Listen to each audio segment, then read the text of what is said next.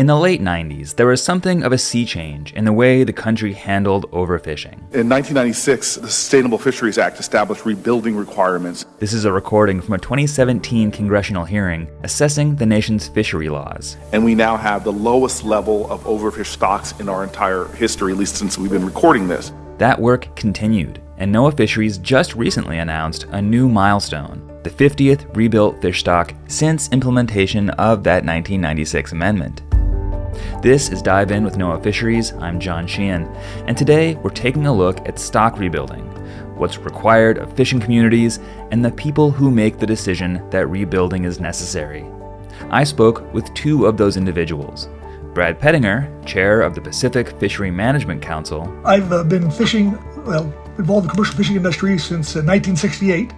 My dad was a commercial fisherman. My first experience was salmon fishing off the Oregon-California coast. And Togue Brawn, a fisheries manager on the New England Fishery Management Council. I worked for the state of Maine for a number of years, helping to manage basically every fishery other than lobster. I have a master's degree in fisheries policy. I am currently the owner of Downeast Dayboat, where I'm on a mission to show the world what scallops are supposed to taste like. Atlantic sea scallops were actually the first stock to be rebuilt in 2001. And as we'll hear, it's now fished sustainably and is one of the most successful fisheries in the country. The 50th stock, declared rebuilt just recently, was the Snohomish coho salmon on the west coast. Snohomish coho, I believe, was declared overfished, I think, in 2018. Well, there's the collapse of coho stocks in the northwest from the warm water blob we had offshore. And with the Snohomish, since we have treaty agreements with the tribes and they co-manage, and we also have international treaties with Canada, that stock, I guess, was more conservatively managed, so the rebuilding time took quicker to come to fruition. Well, the occasion that we're speaking today is about rebuilding stocks, how it's done, what it means to rebuild a stock.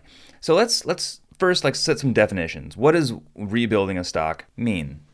Well, rebuilding stock means that you went below a level that you've pre-designated a level of stock abundance. To rebuild it, I guess, as fast as you can, taking the needs of the communities. Some tough cuts have to happen, and you try to give, as a council member, you try to give folks every opportunity that you can, given the constraints that are in front of you. I always try to think of it as a bank account. And I'm very fortunate to work a lot with scallops. Scallops grow at 25% per year. So if you had a bank account and you were making 25% interest on it, you would not withdraw principal. You would leave it in there. You need to have some principal. So it's just a sort of a balancing act of you want to build up enough principal, so reproducing fish, that you can live off the interest. So the fishermen are trying to live off the interest. But basically, if my job is to rebuild a fishery, then I want to get it to the point where the population is large enough that it can produce dividends that will keep fishermen gainfully employed, and you won't be making too many other people too upset, basically. Yeah, and I think that cuts right to the issue of what sustainability means. I think you defined it right there, which is enough fish that will keep producing and keep making more fish, and you're not going to dip below that level of, oh no, there's not enough fish left. Yep. I actually had a lot more experience with this when I was working for the state of Maine, and we were working, to rebuild our scallop fishery. And of course, it seems very easy in principle, especially with scallops when they're sedentary. So you know a lot more about them. When you have fish that are moving around, you don't know where they're going to be. Whereas with scallops, you have the luxury of a bit more certainty. I mean, the surest way to have long-term sustainability, long-term gains come because of short-term pain. And so the way to make things really sustainable is to make things really, really unpleasant for a while. And so again, it's a balancing act. All fisheries management is just such a balancing act. And I guess that wasn't really, you were asking about sustainability. And of course, what is sustainability? Is it the sustainability of the stock? Is it the sustainability of the communities? It's always a lot more complicated to bring fisheries resources back than people realize. Yep, that's right. Well, and also I'd add that a lot of things are happening outside our control, and ocean conditions are primary, right? We thought originally that some of these rockfish stocks were going to take 40, 50, 60, 70 years to rebuild. Well, it turns out things are rebuilding much faster than that. We've had a pretty good recruitment over a number of species for the last 20 years, thankfully. And you both point to a sobering fact of what it means to rebuild stocks and to set these limits. in a perfect world, you're doing it just based on what the fish need, what is going on in the environment, what the science dictates. Whereas the reality is that you're doing this within a community that relies on the resource and also has their own needs. Can you talk a little bit more about that tension of being able to perform this task with or without public buy-in? I imagine you have to have a certain amount of it in order to have any kind of success. The closer the fishing industry gets with the scientific community, I think the more success you have. Had that communication, I think the better results you get. We had a stock off California that was declared that was overfished, or if it was really close to the level, and it kind of surprised people to where the quota was going, and a huge outcry from those folks down there. The assessor of that stock was really nervous about coming down and being in the middle of a firestorm, in essence. And we said, you need to come because people need to understand why the result they got. It went really well because they understood what a stock assessment is and what it isn't. And they understood where the shortfalls were at. You have to have buy-in, but communication is key. And I think there needs to be a two-way street as far as between the fishermen and the science folks. I would completely agree with that. And I actually was able to witness a transition here in Maine. So in Maine, our lobster fishery, which is not managed by the council, it's inshore. It's a collaborative process by and large with the fishermen and scientists and regulators. And the guys believe that it works. So my father was a lobsterman, and there was a lot of shaming if you broke the rules. So there was very little rule breaking in the lobster fishery compared to other fisheries because the guys believed that the regulations worked, partly because they had a hand in creating them. In scallops, which was completely overfished, everybody was poaching. And when we made the changes that we did in the state waters to help bring the fishery back, I am not going to say that it's all rosy and everyone loves it now, but they began to see that it was showing some progress. And the ethics began to change, and fewer people broke the rules. You have to have the buy-in. If the fishermen don't believe that the rules you're putting out there make sense, then you have to. It's a real pain to enforce them. Whereas if they believe that they work, they will enforce them themselves. Well, there's almost a sense of ownership in your fishery, right? Mm-hmm. And a stewardship aspect that goes with that, and that's why it works so well. Togue, could you tell us the story of the Atlantic sea scallop? It was the first stock to be rebuilt, I believe in 2001.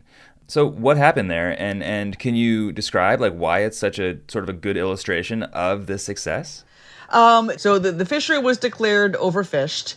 There were a bunch of closures that were put in place in 1996 or 1997, I believe, to bring back groundfish, not specifically for the scallop resource, but in an attempt to bring back the ground fishery. And lo and behold, it didn't do anything for the ground fishery, but it sure brought those scallops back. And so basically it was overfished. The permits themselves were not worth all that much. And now it is consistently I believe the number 1, 2, or 3 most valuable resource in the United States.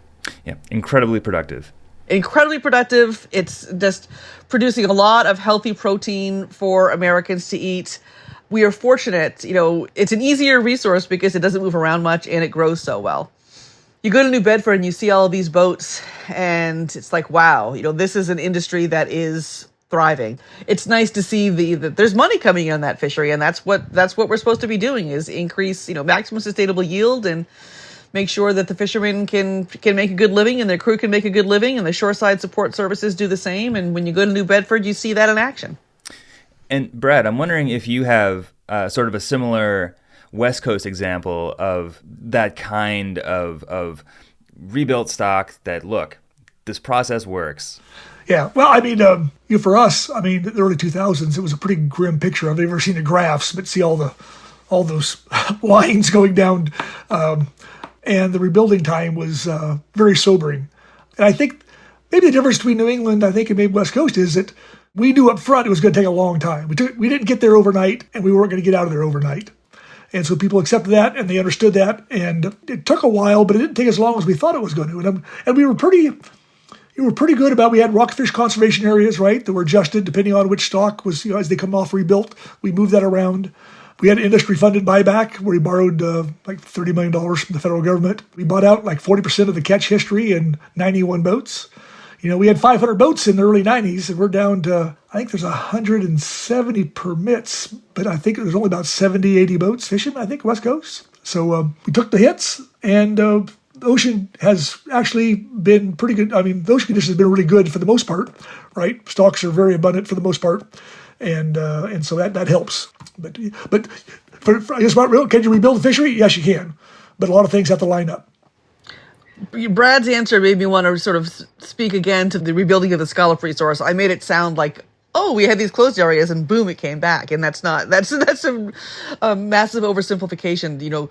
The closed areas actually were extremely effective in allowing the resource to rebuild. But then we had to make sure, and I wasn't a member of the council then, so I shouldn't say we, but the council and National Marine Fishery Services put in quite a few dramatic effort restrictions, in terms of cutting back the number of boats that could fish, cutting back the number of days per year that they could fish, implementing, a catch limit. So there was a lot of pain that was implemented in order to bring the scallop fishery to where it is today. Thanks, Togue. And you bring up a really great point, which is sort of a bigger theme, I think, of this conversation, which is we say rebuilding, and what we're talking about is cutting back.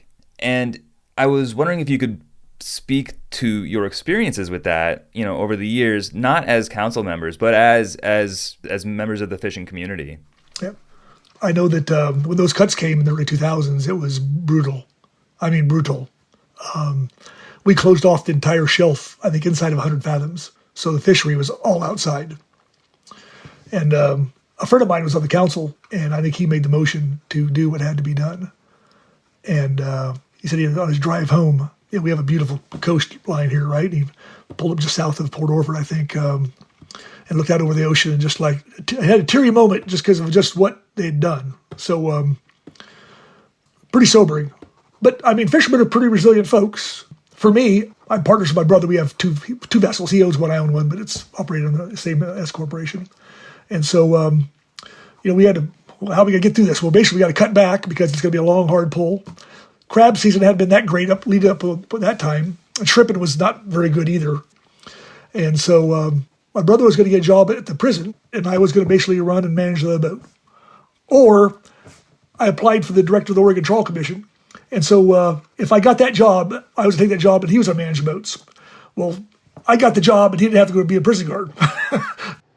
And I would say I have been somewhat blessed in terms of I have not had to suffer from the cuts. My father was a lobsterman, but he officiated soccer. It's the main way. You always have like 5 different jobs in order to make ends meet. I waitressed and bartended at Jay's Oyster on the Portland's waterfront for 26 years. And so that was always when I was at the state, that was difficult, but I wanted to maintain that job because I knew it was important to have a side gig, and then when I left my stable state employment to start my own business, Downeast Dayboat, where I'm selling scallops, I wasn't making money. I'm still not making the money that I need to support myself. I have rental properties, and I had waitressing. So I am very lucky in that I have not had to experience firsthand, to the devastating degree that so many others had, the impacts of fisheries cutbacks.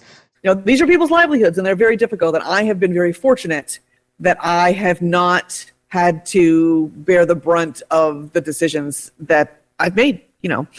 It's a difficult situation. I can certainly understand why your friend pulled over and had a teary moment, because you're impacting people's lives, but you still have to do it.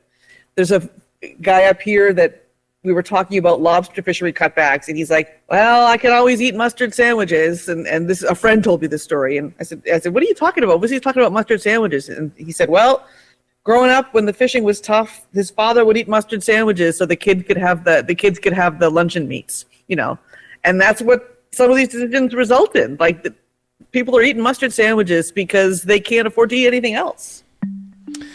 Maybe the basis for this episode has been sort of like we're looking at 50th stock rebuild. It's a good milestone, and I'm wondering if you look at it as a milestone, or is it another step on the path? What do you see on the horizon in terms of is stock rebuilding getting easier? Do you see choppy waters ahead, not to overuse a sea metaphor? I feel confident that we will continue moving forward and things are improving, but I certainly do not feel like the 50th stock being rebuilt is a time for us to pat ourselves on the back and stop. We've got a lot of work to do, and things are getting harder because of climate change, and we need buy-in. We are suffering right now from, I think, a particularly difficult time in New England in terms of buy-in. So much of the industry that we had is gone, and the few that remain are tired and struggling. And we're in a difficult position where we really need to find a way to come together and get more trust and buy-in from the industry in order to get where we want to go and to get on a better path, a better trajectory in terms of all moving together in the same direction. I think we're going to get there. But there is a lot of work still to do. Yeah. I think rebuilding the 50th stock is great, but everybody should realize that overfished stocks aren't necessarily overfished, they're depleted. So we're always going to be rebuilding stocks. But I think we need to see some more surveys to better inform us. The more information is better. And so we're getting better. Some of the offshore oceanographic information we're getting, I think, potentially could be assistance down the road. A lot of challenges in the future, but I think that, for us, I know with the team we've got in place, the council staff we have, and the folks at the National Fisheries Service, for the most part, I think there's really good people. Well, Brad Pettinger and Togue Brawn, thanks so much for talking with me. I really appreciate both of you taking this time. This has been great. Well, thank you very much. I appreciate you having me. You bet. Thank you, John. Yep, it's been great.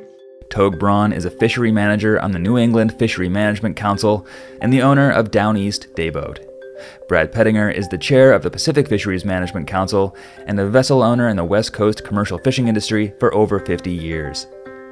The most direct way to learn about these rebuilding plans and to get involved in them is to reach out to your regional fishery management council. Public participation is very encouraged and meetings are increasingly online, making them more accessible. As always, you can learn more at fisheries.noaa.gov. I'm John Sheehan, and this has been Dive In with NOAA Fisheries.